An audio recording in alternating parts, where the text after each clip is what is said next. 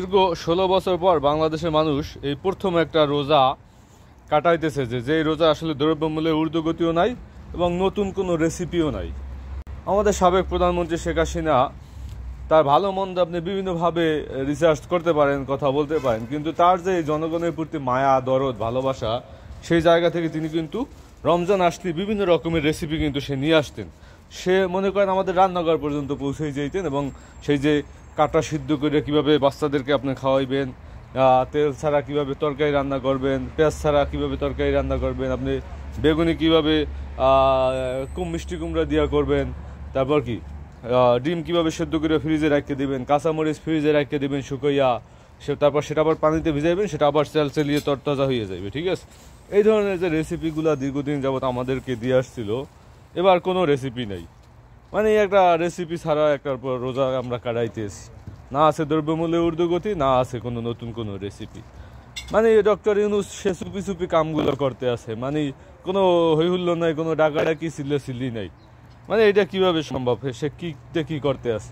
মানে এটা দেখেই তো আসলে অনেকের ভিতরে জ্বালাপোড়া সৃষ্টি হয়ে গেছে যে ডক্টর ইউনূস আসলে কি করতেছে। এখন একটা ঘটনা ঘটলি, একটা দর্শনের ঘটনা ঘটছে, এখন সেটা নিয়ে মনে করেন চিল্লা ফাল্লা, মানে কোনো কিছু পাইতেছে না তো কি করবে।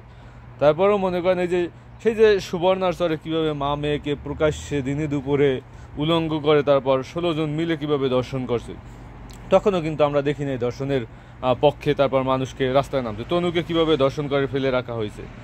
একটা মেয়ে খাদিজা, তিনি একটা টক শো হোস্ট করার কারণে তাকে আপনার 16 মাস পর্যন্ত জেল খাটতে হয়েছে।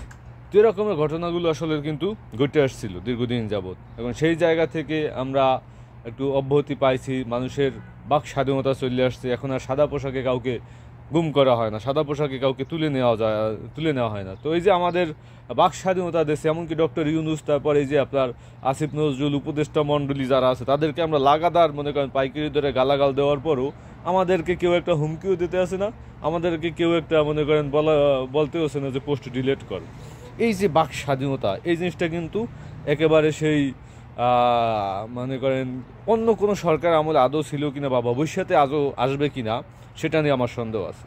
ডক্টর ইউনূসকে আপনি লাথি পেটা করেন, জুতা পেটা করেন, তার ছবি নিয়ে কালকে মনে করেন আপনি যদি জ্বালাই পোড়াইয়াও দেন, তারপরও ডক্টর ইউনূসের কোনো প্রতিনিধি বা সরকারের পক্ষ থেকে আইসা বলবেন আপনাকে অ্যারেস্ট করা হইবে, আপনাকে হুমকি দেওয়া হইবে। ঠিক আছে, এটুকু আসলে মানবিকতা তারা কিন্তু দেখাইছে। তারা চাইলে কিন্তু সেই ডিজিটাল অ্যাক্ট আইন ব্যবহার করে কিন্তু আপনাকে, আমাকে বা যারাই আমরা এই সরকারের বিরুদ্ধে বিভিন্ন রকমের কথাবার্তা বলি, তাদেরকে কিন্তু বিভিন্নভাবে তাদের বিরুদ্ধে ব্যবস্থা নেওয়া হইতো, এমনকি বিদেশে বসেও যারা করছে, কিন্তু কাউকে কোনো কিছু বলা হইতেছে না।